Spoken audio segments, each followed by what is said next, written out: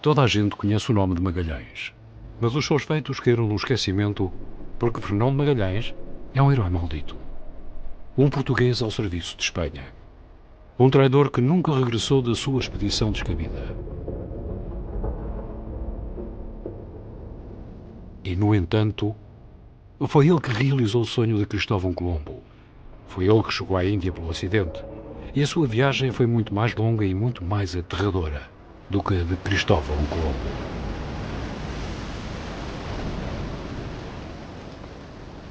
Fernão de Magalhães é um marinheiro excepcional. Um homem dotado de uma coragem digna dos mitos. Esta é a história da maior proeza marítima de todos os tempos. A história de uma aventura fora do comum, que levou 237 marinheiros à descoberta de novas terras, de um novo oceano, de novos povos e de um novo mundo. Uma história que se tornará a história da primeira volta ao mundo por via marítima.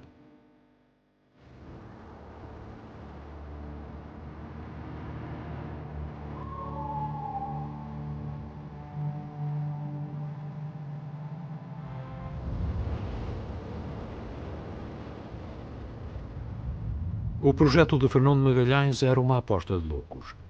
Ao zarpar de Espanha, ele pretendia atravessar o Atlântico até ao Brasil, que tinha acabado de ser descoberto. Depois queria circundar a costa até ao sul desconhecido, na esperança de encontrar uma passagem para o outro mar. Em seguida, o seu projeto era atravessar esse oceano no qual nunca ninguém tinha navegado. Uma imensa página em branco nos mapas, na qual tudo ainda estava por escrever. O seu objetivo final era chegar às Ilhas Molucas, do outro lado do mundo. Aquelas a que então chamavam as Ilhas das Especiarias.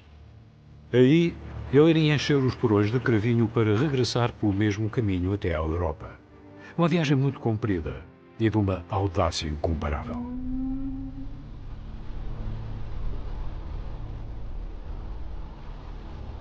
I think there's an instinct in humans to explore. We're always trying to look round the corner. What's round the corner? Oh, well, now, what's the next corner? And we just go on and on and on. And there's an instinct to do it. Fernando de Magallanes es el marino que representa mejor que ningún otro el héroe, el gran navegante, el gran viajero, el gran aventurero. En definitiva, es el paradigma de todos aquellos exploradores que comenzaron en el siglo XV y desarrollaron toda esa misión de descubrimiento, de conquista de conocimiento durante todo el siglo XVI.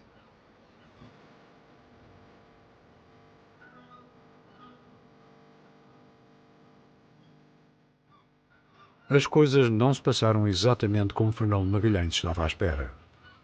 Mas para compreender a força que o movia ao lançar-se num desafio como este, há que compreender a época em que ele nasceu. A Europa em que deu os primeiros passos. Magellan ne sait pas grand-chose. On sait depuis peu qu'il est né à Porto. La famille de Magellan est originaire du Nord. C'est une famille de la petite noblesse. Mais on ne sait pas quand il est né. On dit autour de 1480, parce que c'est plausible, mais on n'en sait rien. Fernão de Magalhães nasceu e cresceu em Portugal, à beira do Atlântico, numa época maravilhosa para um marinheiro. A das grandes descobertas.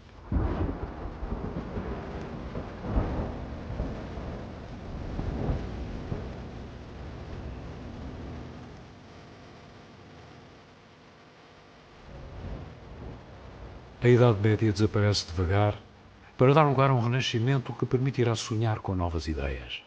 O mundo, ainda desconhecido, está ao alcance da mão. O jovem Fernão de Magalhães viu as caravelas e as naus portuguesas desaparecerem no horizonte e regressarem, carregadas de tesouros e de maravilhas de um outro mundo. Os portugueses tinham sido os primeiros a arriscarem-se a navegar no Oceano Atlântico. Em poucas décadas, eles tinham descido ao longo das perigosas costas de África, até atingirem o Cabo da Boa Esperança. Os portugueses estavam à beira de uma nova era, porque do outro lado de África, eles iriam muito em breve atingir as Índias. Lo que quería Portugal, lógicamente, era llegar a donde estaba el centro neurálgico de ese comercio extraordinario de las especias y, digamos, dominar las rutas por el mar. Foi por volta dos 10 anos de idade que Fernão de Magalhães foi enviado para Lisboa para servir na corte do rei. O jovem pajem cresceu na efervescente sociedade portuguesa e foi testemunha das primeiras grandes proezas marítimas do seu país. A situação de Lisboa é fantástica porque, estando no sul da Europa, esta facilidade de ligação à África, à América e depois a navegação para todo o Oriente faz com que a posição estratégica de Lisboa a favoreça muito. No tempo de Cristóvão Colombo, de Fernão de Magalhães, no tempo dos descobrimentos, eu diria que Lisboa era a rainha dos mares. O sucesso de Portugal nas suas conquistas ultramarinas leva a Espanha a lançar-se também numa corrida marítima para alcançar as riquezas do Oriente. Espanha envia Cristóvão Colombo para chegar às Índias pelo Ocidente, ao inverso da rota portuguesa, sem saber que o continente americano lhe iria barrar o caminho.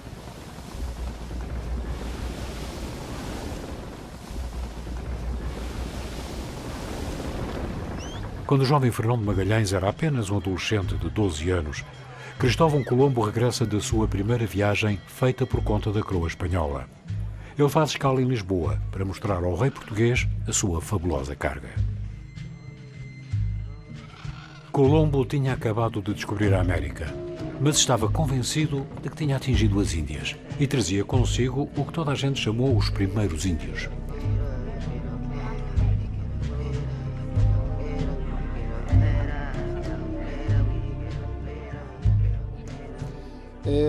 Lógicamente, con la llegada de Colón a América, se crea una disputa entre la corona de Portugal y la corona de Castilla, donde a partir de ese momento el conflicto, la pugna, la disputa ya no tiene un carácter regional. El carácter, por primera vez en la historia del mundo, es global. Lo que se quieren disputar, lo que se quieren repartir, es el planeta en toda su integridad. Dom João II, rei de Portugal, enfrentava Dom Fernando e Isabel de Castela numa corrida à volta do mundo. Para evitar a guerra, os soberanos decidiram assinar um tratado e apropriarem-se do globo terrestre, dividindo-o em dois.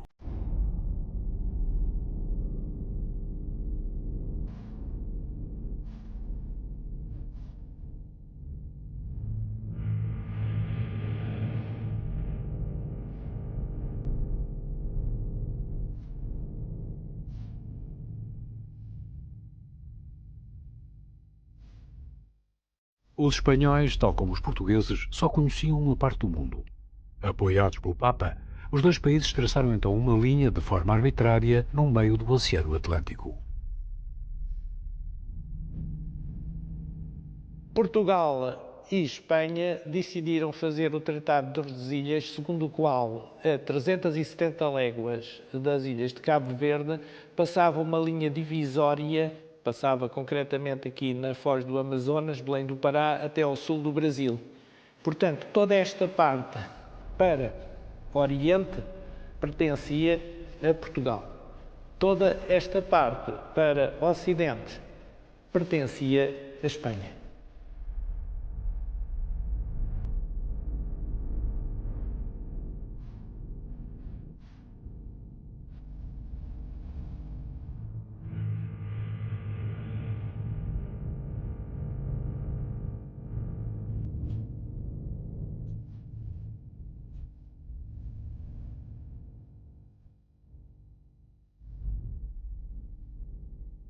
Se decidió repartir el planeta como si se tratara de una naranja. Es algo impensable que se pueda repartir el mundo a través de un designio que venía del papado. Donc il y a une ligne qui divise cette orange en deux, mais de l'autre côté, il y a une ligne symétrique, ce qu'on appelle l'antiméridien, de l'autre côté du monde, et là c'est beaucoup plus flou. Donc le monde est coupé en deux verticalement, comme une orange, chacun a sa moitié d'orange, mais c'est très difficile de savoir ce qui se passe de l'autre côté du monde.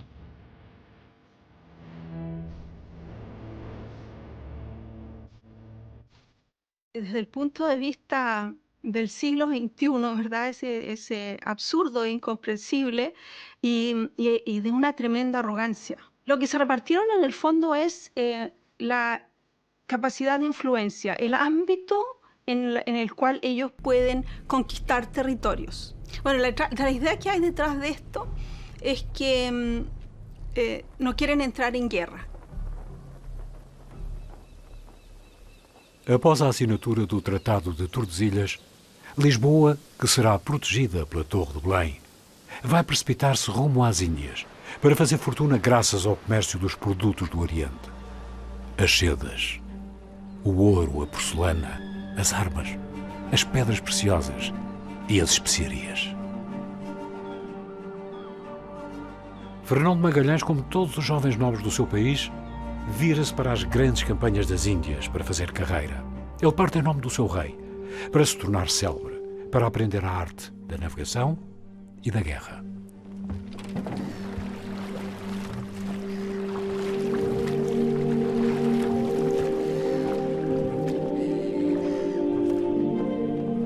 Foi aos 25 anos que ele embarcou como soldado sob as ordens de Francisco de Almeida, vice-rei da Índia.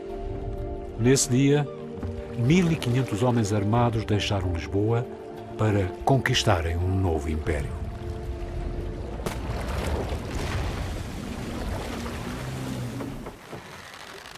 Envolvido em várias grandes batalhas, o jovem Fernão de Magalhães deu prova de coragem e de fidelidade. Ele esteve na Batalha de Cananor em 1506. Depois participou na tomada de Goa. Fez-se notar por ter avisado o seu capitão de um ataque iminente e ganhou a reputação de ser leal. Salvou a vida de um dos seus oficiais durante a tomada de Malaca em 1511, o que deu a Portugal o controle do Extremo Oriente. Fernão de Magalhães tomou então um escravo, a que chamou Henrique, e pediu ao seu rei um aumento, que foi rapidamente recusado. No entanto, o Fernão de Magalhães continua a lutar pelo seu país e lança-se para Marrocos, onde perde o seu cavalo e volta a pedir uma compensação. E, de novo, o rei de Portugal recusa o seu pedido.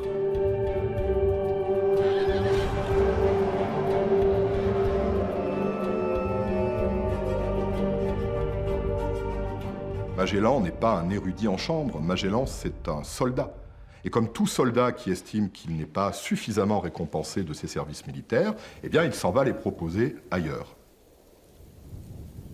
O grande ponto de ruptura foi o não pagamento de um aumento salarial de R$100 por mês que ele exigia porque achava que era um direito e, portanto, ele sentiu-se ofendido pelo rei. E então, a partir daí, ele disse, eu então vou fazer uma ação a quem me recompense bem.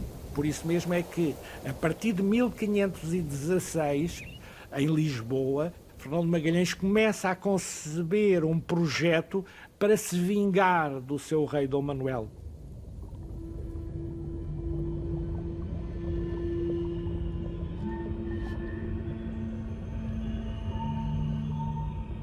Então Fernão de Magalhães elaborou o seu projeto louco.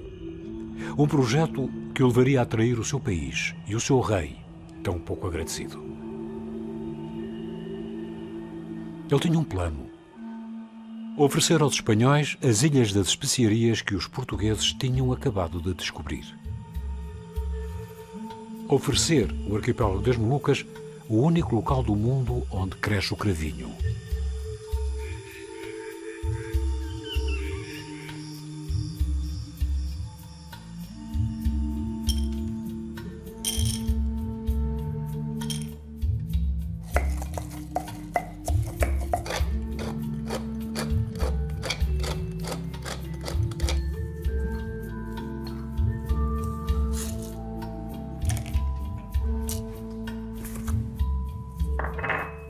J'aime beaucoup reprendre les premiers mots de Stefan Zweig. Pour moi, c'est la plus belle biographie de Magellan.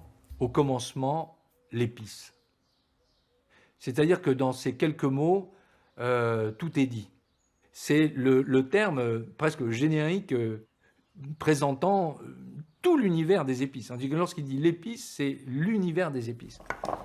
On pouvait payer en grains de poivre, on pouvait monnayer en grains de poivre, on pouvait échanger du terrain contre des épices, on pouvait échanger des propriétés contre des épices, d'où le mot payer en espèces, payer en épices.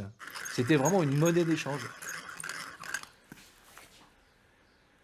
El tema es que las islas donde están las especies, especialmente el clavo de olor, la canela, ¿verdad? Que son las islas Molucas, no hay claridad dónde quedan, si en la parte que le corresponde a Portugal ou en la parte que les corresponde a Castilla.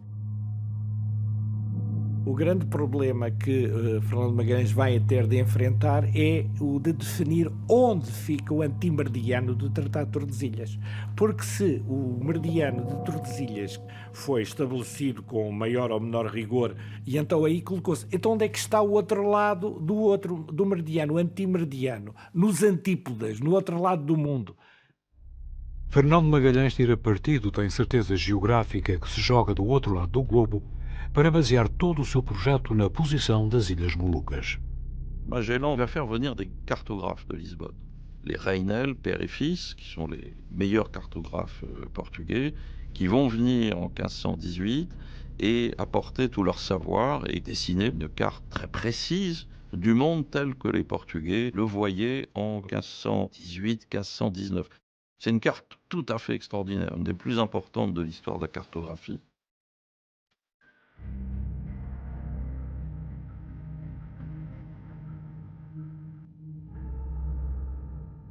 Neste mapa, dividido em dois pela linha de Tordesilhas, Fernando Magalhães e os Reinel desenharam o mundo descoberto à medida das conquistas mais recentes. E os portugueses iam muito mais avançados em relação às descobertas espanholas.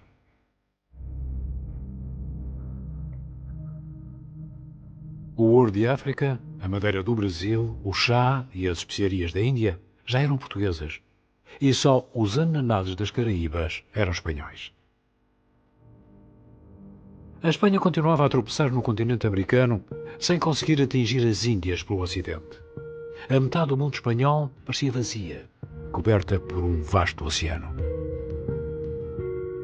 L'océan Pacifique, quasiment dans sa dimension actuelle, ça c'est très étonnant, le Pacifique venait d'être découvert en 1513 par Balboa, mais contrairement à ce que l'on pense, soudainement cet océan qui apparaît, d'après les données portugaises, eh bien, il est dans ses bonnes dimensions, et tout au bout, toujours dans la zone espagnole, se trouvent les Moluques.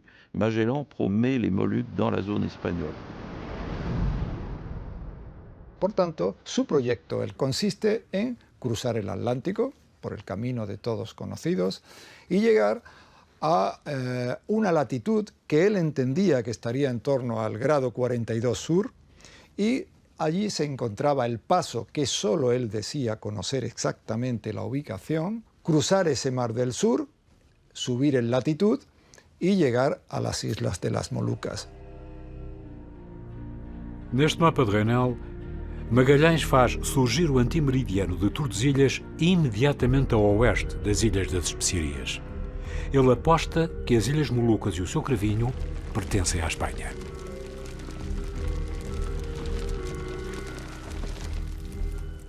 L'épice, c'est un premier produit qui incarne le capitalisme, puisque pour aller le chercher, on demande à chacun de mettre de l'argent, de jouer de l'argent sur un bateau pour aller dans une contrée totalement inconnue, où en général il y avait 3/4 des bateaux périssaient, donc il n'en revenait qu'un quart, mais lorsqu'il revenait, c'était 400% de bénéfices. Donc évidemment, les gens sont emballés, et même des gens assez modestes vont mettre un petit peu de sous. C'est le début de la bourse. Los estados, los gobiernos, las coronas exponían enormes sumas, cantidades enormes de dinero para en la mayoría de las ocasiones ir a pérdidas. Se perdía todo.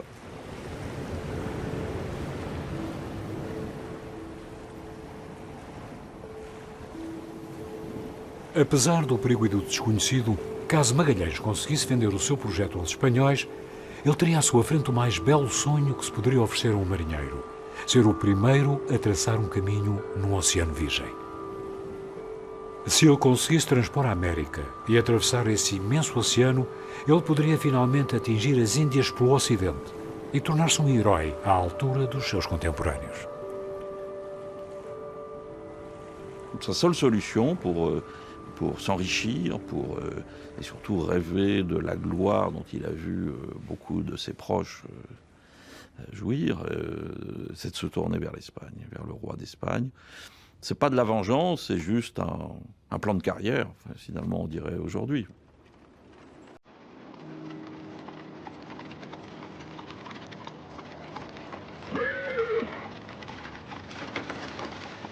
Il passe la frontière en septembre 1517 pour aller proposer son projet.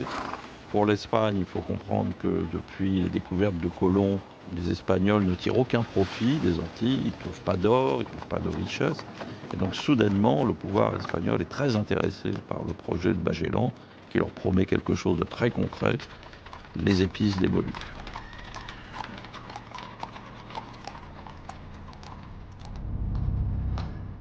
L'Espagne que Magellan part servir, eh bien, c'est l'Espagne de celui qui va devenir, dans la durée même de l'expédition de Magellan, l'empereur Charles Quint, c'est-à-dire l'héritier du Saint-Empire romain germanique.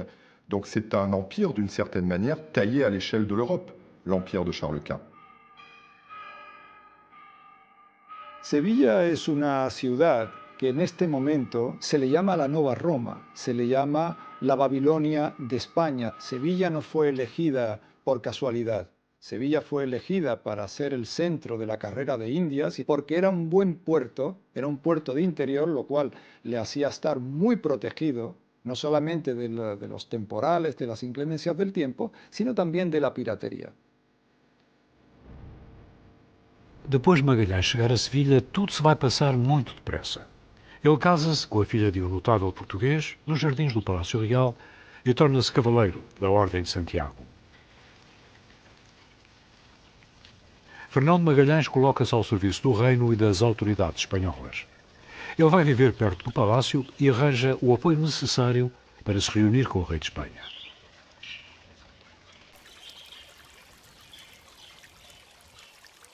Apenas 6 meses após a sua chegada, a esposa espera o seu primeiro filho e Magalhães, já como residente castelhano, parte para Valladolid para defender o seu projeto e convencer o rei em pessoa.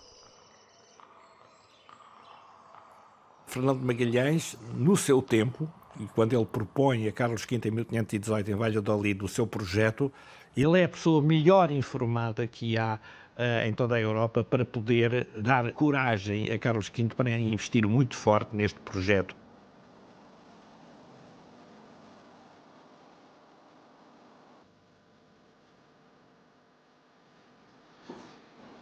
Magalhães só tem uma ocasião para convencer o jovem rei de Castela e os seus conselheiros.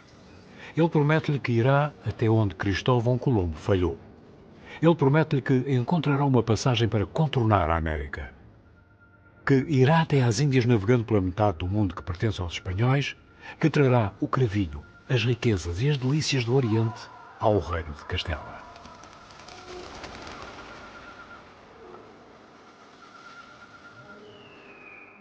O futuro Carlos V, que tinha apenas 19 anos e que era devorado pela ambição de edificar o seu santo império, aposta nesta expedição e concede 1 ano a Magalhães para preparar a sua viagem na cidade de Sevilha. Agora, já nada poderia parar o antigo soldado português. Fernão de Magalhães, a partir do momento em que ele vai se pôr ao serviço de Carlos V, passa a ser considerado um traidor a partir do momento em que ele sai de Portugal. Los castellanos, ¿cómo lo ven? Como un traidor también, como un señor que viene a quitarles lo suyo. Porque en Castilla había buenos capitanes, había buenos emprendedores.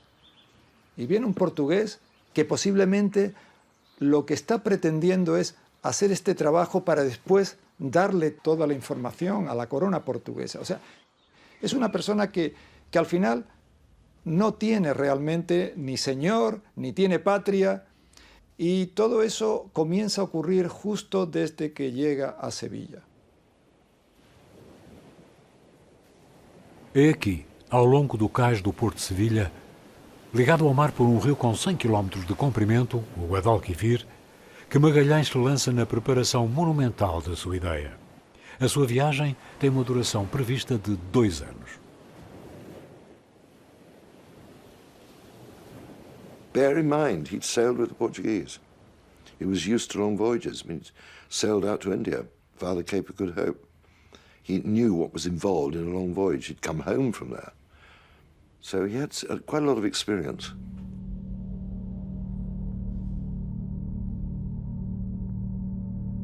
O rei confiou-lhe 5 barcos em mau estado, que seria necessário reconstruir completamente, armar, carregar com toneladas de víveres, de utensílios de navegação, e para os quais ele ainda não tinha nenhuma tripulação. Os grandes navios em carvalho, com um casco generoso e redondo, prontos a receber pesadas cargas para atravessar todos os mares, foram calafetados e vedados. Os mastros, as traves, os cabrestantes, os cordames, as velas de linho, tudo foi verificado, mudado e duplicado.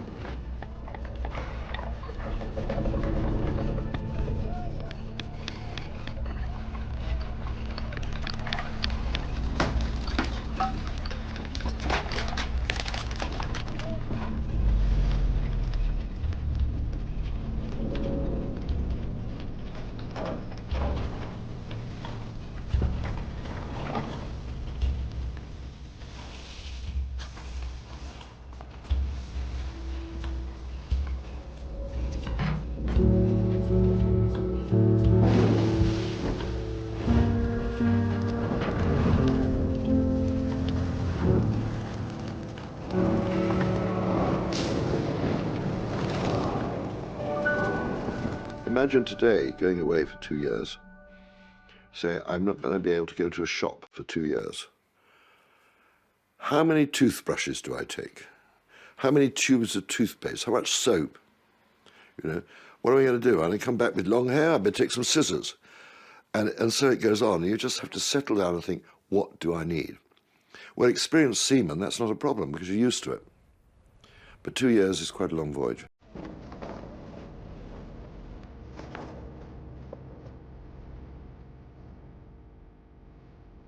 Lo más extraordinario para mí como investigador son las partidas, todas las partidas contables con todos los elementos que intervienen en la flota.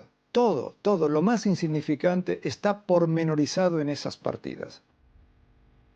Pues en esta caja tenemos la relación de los bastimentos y pertrechos, es decir, de todos los materiales que se adquirieron para la Armada de Magallanes. Fernão de Magalhães mandou carregar os porões dos seus navios com tudo o que se podia encontrar nas regiões prósperas da Andaluzia e das suas redondezas. Inventaire des vivres. 7000 litres d'huile, 4000 litres de pois chiches, 600 kg de miel, 1500 kg de poisson fumé, 2600 kg de lard fumé, 2000 litres de fèves, 640 litres d'amandes avec leur coque. 250 tranças de alho, 100 cabos de cebola, 3 porcos e 6 vacas cortadas em pedaços, 70 caixas de marmelada, 3 jarros de alcaparras, 2.200 litros de farinha, 984 queijos embebidos em óleo, 53 litros de mostarda, 862 quilos de passas de sol.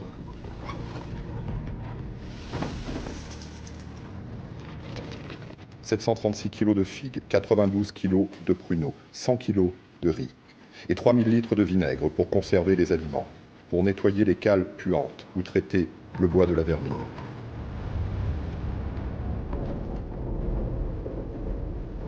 Dans les provisions, on s'y attend, il y a beaucoup de biscuits de mer, c'est-à-dire de pain 2 fois cuit, qui se conserve bien, mais ce qui est frappant, c'est la quantité de vin. Il y a à peu près 1 litre de vin par personne et par jour. Pendant 2 ans, sur ces bateaux, on buvait beaucoup de vin. Et ça devait permettre aux marins de s'hydrater, de se nourrir, avec une boisson qui ne croupissait pas, comme l'eau, et qui, disons, devait créer un état propice aussi, peut-être, à la soumission, à l'endurance. And those sailors, you know, they were a pretty tough lot. I mean, life was much more primitive. They were used to the uncomfortable conditions on the boats. You know, when you plan a long voyage, you always allow for things going wrong. Pues por ejemplo aquí tenemos artillería y pólvora y cosas necesarias para ella. 7 falcones, 3 lombardas gruesas, 3 pasamuros.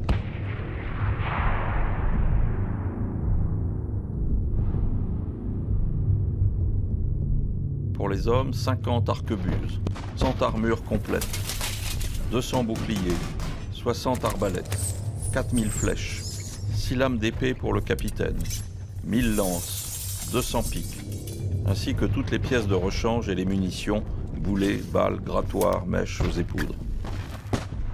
Rope's going to wear out, sails are going to tear. We better take rope, you better take canvas. Para poder comprar víveres aos povos encontrados no caminho, a frota também levou a bordo uma fabulosa quantidade de objetos de troca, o que representava uma despesa maior do que a do armamento, visto que estes objetos iam também servir para comprar as especiarias quando tivessem chegado às ilhas. 1 tonelada de dinero en lingotes, 2 toneladas de pigmento vermellón, 5 toneladas de plomo, 10 toneladas de cobre. 1000 pentes, 1000 espelhos, 900 pequenos e 100 grandes. 500 pares de tesouras, 4000 das piores facas da Alemanha, 20.000 guizos, 10.000 anzóis, 200 lenços vermelhos, 200 chapéus vermelhos, 2 rolos de veludo vermelho, 250 quilos de pérolas de vidro, 2.000 pulseiras em latão, 2.000 outras em cobre, 10.000 martelos de metal foram embarcados em caixas e em barris, antes de serem arrumados nos porões com precisão e soldados com piche.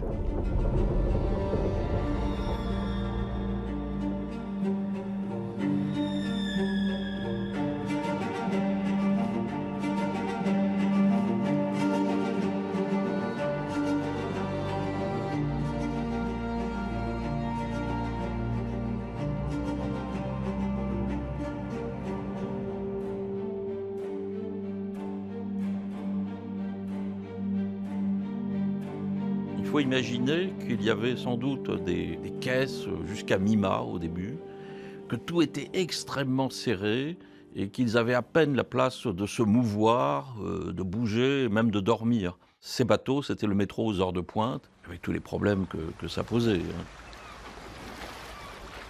Uma das maiores dificuldades da preparação da viagem para Fernão de Magalhães foi formar uma tripulação que estivesse pronta a partir sob o seu comando. Ele, o traidor português que queria navegar rumo a um destino tão longínquo que, na verdade, ninguém o conseguia conceber. La sorpresa es que Magallanes se da cuenta que nadie quiere ir en su flota. Pourquoi confier une grande expédition à un capitaine portugais alors qu'il y a plein de capitaines espagnols de renom? Il va sans cesse se heurter à l'hostilité des Espagnols, d'autant plus qu'il y a plein d'agents portugais qui sont là pour détruire la réputation de Magellan auprès des autorités espagnoles.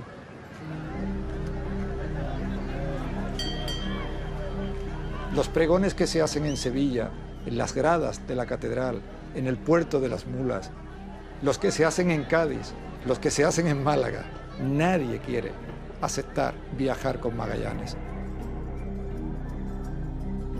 Magallanes se ha convertido en ese momento, se ha convertido en un problema de Estado. Posiblemente es la persona non grata de la corona de Portugal. Y hay que acabar con él, como sea. Y si no con él, con la flota, con el proyecto.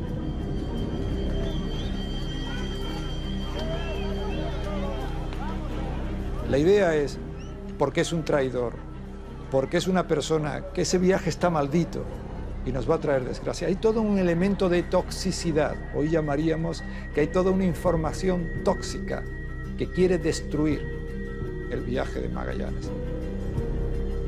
Evidentemente que os portugueses tentaram demovê-lo em vão, mas ele conseguiu ultrapassar tudo, mesmo o próprio Carlos V tentou limitar-lhe um bocadinho o poder, mas não conseguiu, porque ele era uma pessoa de muita autoridade e conseguiu fazer o seu plano como ele queria.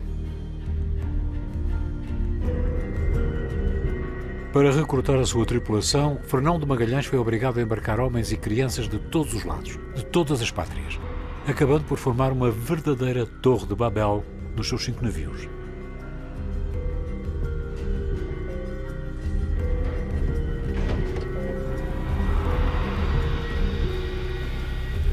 Quantas portas é que Magalhães abriu e forçou para atingir o seu objetivo? Quantos corredores é que ele percorreu, devorado pela dúvida, a cólera ou o medo? Quantas vezes é que Magalhães atravessou as ruas de Sevilha e parou nas suas paredes para convencer pessoas quanto às escolhas que tinha feito? Tous les chefs, tous les pilotes, la plupart des pilotes et des capitaines, beaucoup étaient portugais. Magellan ne pourra pas les imposer. Ils vont être remplacés par des Espagnols. Et là, dès le début du voyage, cette présence espagnole forte va causer, va faillir causer la perte du voyage, parce que très visiblement, ces capitaines espagnols sont là pour destituer Magellan à la première occasion.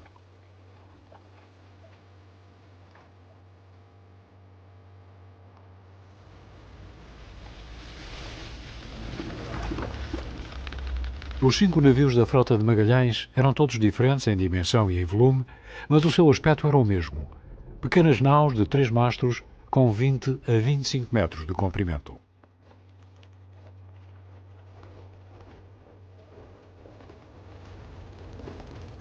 A nau Vitória, com 85 toneladas, será pilotada por um castelhano, Luís de Mendoza, nascido em Granada. Ele foi colocado, por decreto real espanhol, no posto de tesoureiro-geral. Estava assim encarregado de zelar por tudo o que pertencia ao rei. A nau Concepción, com 90 toneladas, era comandada por Gaspar de Quezada, também ele espanhol. A nau Santiago era a mais pequena da frota. Com apenas 75 toneladas, estava reservada às missões de exploração e era comandada por Juan Serrano, que muito provavelmente também era espanhol. O navio San António era o maior da armada, com 120 toneladas, e era conduzido pelo espanhol Juan de Cartagena. Esse castelhano também foi designado superintendente da frota, o adjunto de Magalhães. Suspeita-se que fosse filho natural de um grande nobre de Espanha e que teria sido colocado no posto mais importante para tomar o poder a Fernão de Magalhães, o português. Por fim, a nau Trinidad, com as suas 110 toneladas, será a nau almirante dirigida pelo capitão-general Fernão de Magalhães. Ele estava assim sozinho, face a 4 capitães espanhóis encarregados de o vigiarem e que minavam a sua autoridade.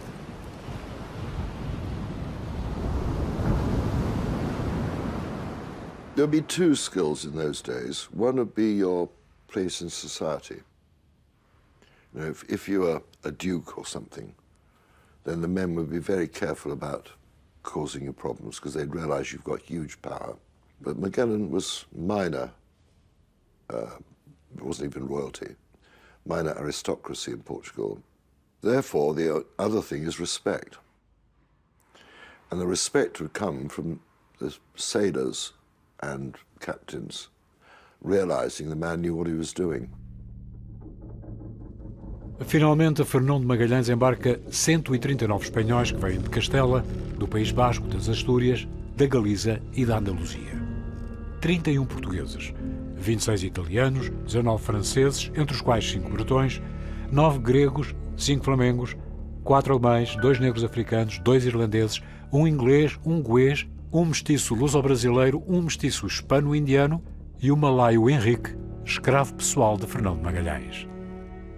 No total, 237 homens foram contratados em Sevilha para constituírem a tripulação da Armada das Molucas.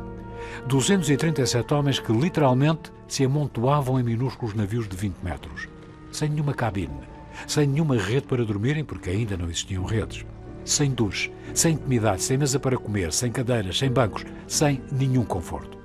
Os homens tinham mesmo de descansar na ponte, nos cantos que conseguissem encontrar ao abrigo dos salpicos do mar, do frio glacial ou do calor tórrido, no meio de um fedor generalizado que rapidamente conquistaria os porões. Por causa disso, as naus espanholas eram denominadas os porcos voadores.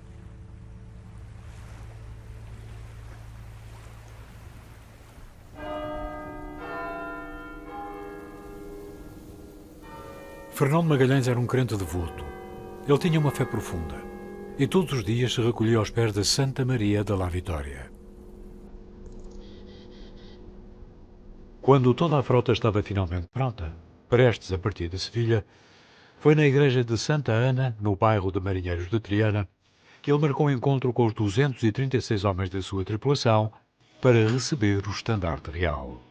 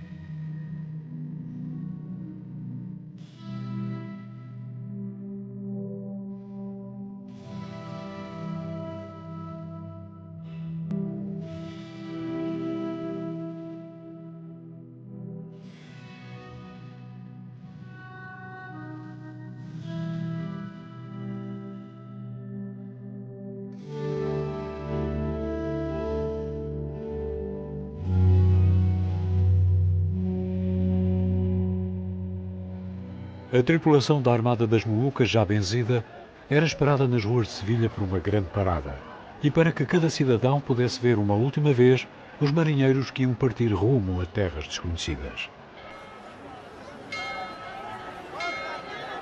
Um desses homens chamava-se António Pigafetta. Devemos-lhe muito porque foi ele que Fernão de Magalhães designou para escrever, à medida que a viagem ia avançando, a crónica desta aventura. Essa crónica, escrita para o rei de Espanha, ainda existe atualmente. É ela que nos pode contar a história. Il y a très peu de documents de la main de Magellan, mais il y a, et ça participe très directement de la construction de sa légende, une chronique du voyage, une chronique de l'expédition.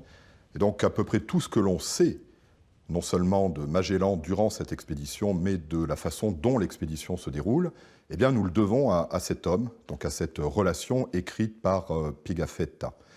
Pigafetta qui est par ailleurs un homme sur lequel on en sait très peu. Pendant tout le XVIe siècle, les témoignages directs, c'est souvent fait par des marins, parfois des prêtres, et Pigafetta est d'une autre trempe que tous ces gens. C'est un Italien, d'une famille cultivée, il vient de Vicence en Italie, et il s'engage, il l'écrit d'ailleurs, il va sur ces bateaux avec le désir de découvrir des choses nouvelles, mais aussi d'en tirer quelques gloires personnelles. Et c'est une démarche tout à fait moderne et très étonnante. Il sait écrire, il sait raconter, et on trouve beaucoup d'anecdotes tout à fait étonnantes dans ce voyage. Donc c'est pas seulement un récit maritime, un journal de bord, c'est bien autre chose. La chronique de Pigafetta, c'est l'un des plus beaux récits de voyage européens des XVIe et XVIIe siècles. Esta obra foi copiada e ilustrada por um escriba no regresso da viagem. Ela constitui a mais preciosa fonte de informações sobre o que se passou a bordo da Armada das Molucas. Existem 3 cópias da época em francês e uma em italiano. Esta está em francês e eis as primeiras palavras. Segunda-feira, dia de São Lourenço, 10 de agosto do ano 1519. A Armada das Molucas, abastecida com tudo o que lhe era necessário, com uma tripulação de gentes de diversas nações, ficou pronta para partir do porto de Sevilha. Disparando toda a nossa artilharia, navegámos apenas com as velas do traquete e fomos até ao fim do rio chamado Guadalquivir.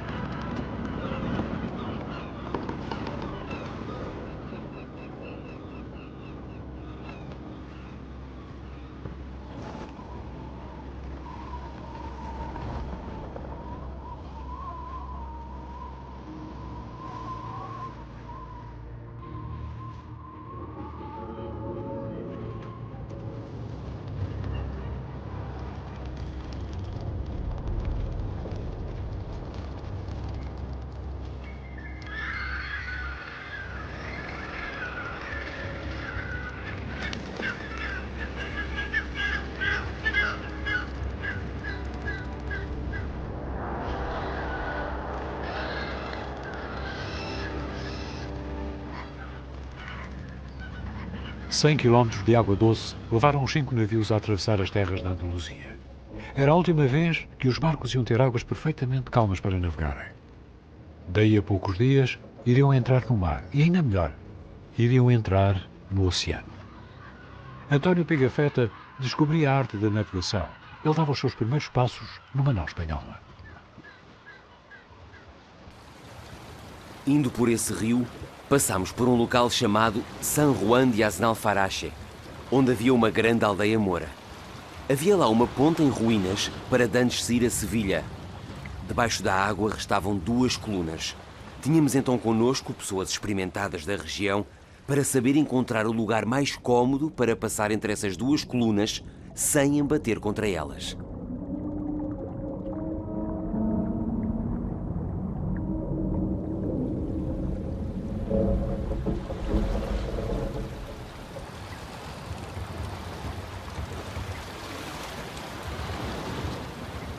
Atravessando várias pequenas aldeias ao longo deste rio, chegámos frente a um castelo chamado Sanlúcar, onde está o porto que dá para o mar oceano.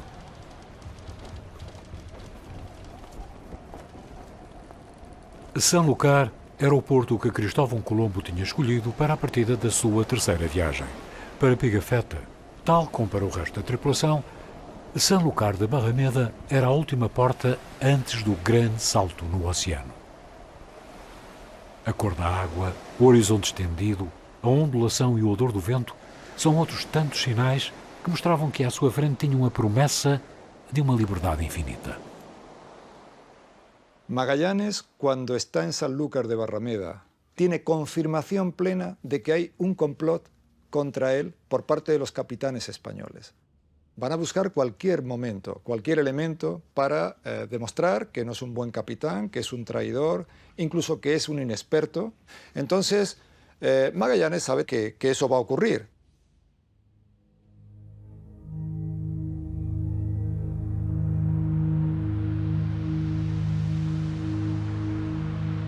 Uma última provação obrigatória antes de se lançar numa viagem tão incerta. Fernão de Magalhães vai mandar escrever e registar o seu testamento.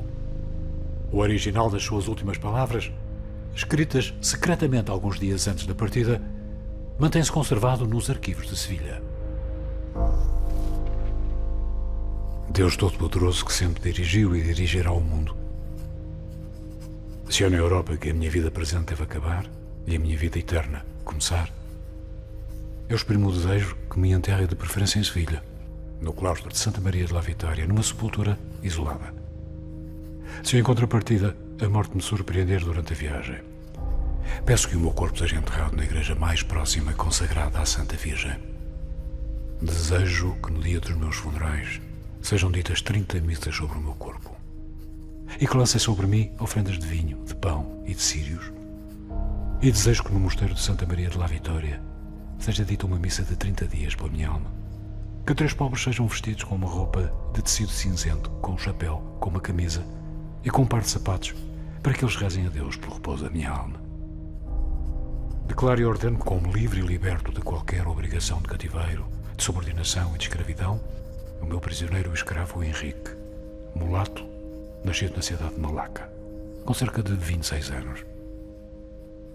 Que após a minha morte e nos tempos seguintes e para sempre, o dito Henrique possa ser livre e sem cadeias, e livre e liberto, e desencarregado de qualquer obrigação de escravidão e de subordinação, e que ele possa agir de acordo com os seus desejos e como bem lhe aprouver.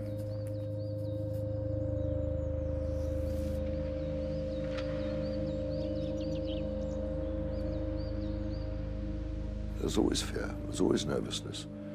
Well, yes, they believed in God, so that was fine. They had God with them. So they could always say, well, it's all right. It's not going well today. God's angry with me. It's going well today, thanks God. And so that gave them a lot of satisfaction, thinking there is some superior power which is controlling their lives, which takes away the responsibility from themselves to control their lives. La flotte attend un mois à Sanlúcar de Barrameda avant de prendre la mer, alors tout est prêt. Pourquoi? Parce qu'on sait qu'il y a une flotte portugaise qui se crée pour détruire la flotte de Magellan. Et on attend de savoir s'ils peuvent partir ou s'ils vont être détruits tout de suite. Il y a ce risque. Et cette flotte va être envoyée par le roi du Portugal, par la voie portugaise, par le cap de Bonne-Espérance, pour aller rencontrer la flotte de Magellan et la détruire. Él tiene que partir. Es una huida hacia adelante. No hay marcha atrás. Por tanto, tenemos que Magallanes, a esa altura de su vida y del proyecto, sabe que no tiene salida con Castilla y no tiene salida con Portugal. La única salida que tiene es el mar. Curiosamente, el mar es lo que mejor conoce.